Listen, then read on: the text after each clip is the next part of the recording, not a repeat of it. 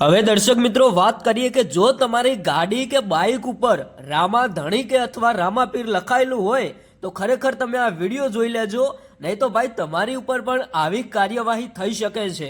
અત્યારે ભાઈ જે આ વિડીયો વાયરલ થઈ રહ્યો છે, તમને બધાને ખબર જ હશે કે અત્યારે અમુક લોકો ભાઈ પોતાની ગાડી હોય, બાઇક હોય કે કોઈ પણ મોટું ટુ વ્હીલર હોય કે ફોર વ્હીલર હોય એના ઉપર ભાઈ રામા ધણી અથવા તો રામાપીર લખાવતા હોય છે।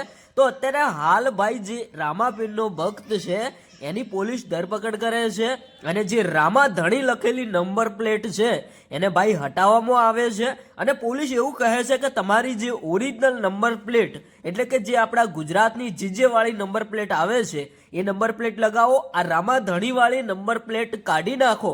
અહીંયા તો ભાઈ પોલીસે જાતે જ નંબર પ્લેટ કાઢી નાખી અને આ ભાઈને મેમો પણ આપી દીધો। આવી રીતે ભાઈ હવે જો તમારા સાધનોની અંદર તમારે ભાઈ રામા ધણી કે રામાપીરની નંબર પ્લેટ હોય તો હટાવી દેજો, નહીં તો આવનારા સમયની અંદર પોલીસ ભાઈ તમારી ઉપર કાર્યવાહી કરી શકે છે।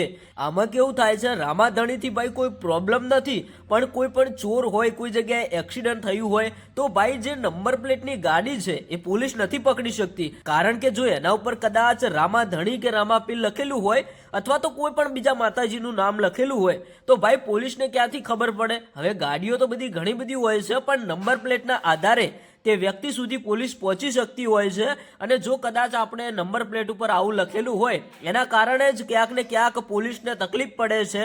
એ માટે જ અત્યારે હાલ આ ભાઈની ઉપર કાર્યવાહી કરવામાં આવી અને રામા ધણી લખેલી નંબર પ્લેટ હટાવવામાં આવી અને જે ઓરિજિનલ નંબર પ્લેટ હતી એ પાછી લગાવવામાં આવી। દર્શક મિત્રો, આ બધી બાબત વિશે તમે શું કહેશો આ પોલીસ વિશે અને જે આ રામાપીરનો ભક્ત છે એના વિશે? દર્શક મિત્રો, આમાં કોઈ પણ રામા ધણી વાળી નંબર પ્લેટની ગાડીઓનો વિરોધ નથી। પોલીસ એમની રીતે સાચું જ કામ કરી રહી છે, સારું કામ કરી રહી છે। તમારું શું કહેવું થાય છે કોમેન્ટ કરીને જણાવતા જજો।